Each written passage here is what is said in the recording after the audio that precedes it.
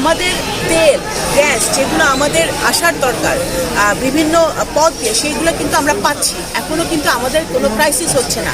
এই কারণ, সেটার প্রধান কারণ হচ্ছে শহীদ জিয়ার পররাষ্ট্রনীতি, বেগম খালেদা জিয়ার পররাষ্ট্রনীতি এবং বর্তমানে মাননীয় প্রধানমন্ত্রী জনাব তারেক রহমানের পররাষ্ট্রনীতি। আমাদের এই সকল দেশের সাথে বাংলাদেশের বন্ধুত্বপূর্ণ সম্পর্ক আছে দেখে আমরা কিন্তু এখনও বাংলাদেশের তেলের দাম বাড়াতে হয়নি।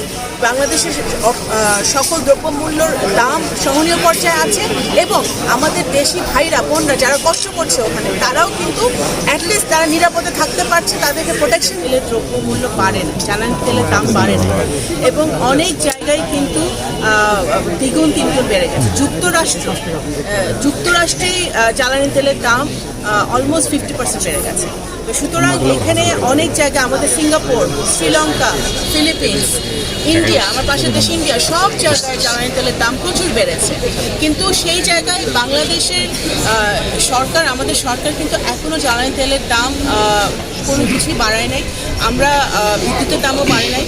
আমরা চেষ্টা করছি যে জনগণ যাতে ভালো থাকে, আমাদের সকল পর্যায়ের মানুষ যেন ভালো থাকতে পারে। অ্যাটলিস্ট এই যুদ্ধের সময় তারা যেন তাদের যাতে কোনো সমস্যা না হয়, সেটা কিন্তু আমরা নিশ্চিত করার চেষ্টা করছি। বাংলাদেশের জনগণ তাদেরকেও বুঝতে হবে যে আমাদের লং টার্ম চিন্তা করতে হবে সরকারকে। আমরা শুধু এখনের কথা চিন্তা করতে হবে না, যদি আমাদের ভবিষ্যতের কথা চিন্তা করতে হয় তাহলে আমাদের জ্বালানি তেলের দাম হয়তো কিছু অ্যাডজাস্টমেন্ট হতে পারে, কিন্তু সেটাও আমরা মনে করি যে আমাদের জনগণকে কমফোর্ট জোনে রেখেই সেটা হয়তো হবে। বাট এখন পর্যন্ত তেলের দাম বাড়ে নাই, বাড়ছে না, এটাই আমাদের একটু স্বস্তির কারণ। আমি মনে করি এটাই বাংলাদেশের সরকারের একটি সফলতা।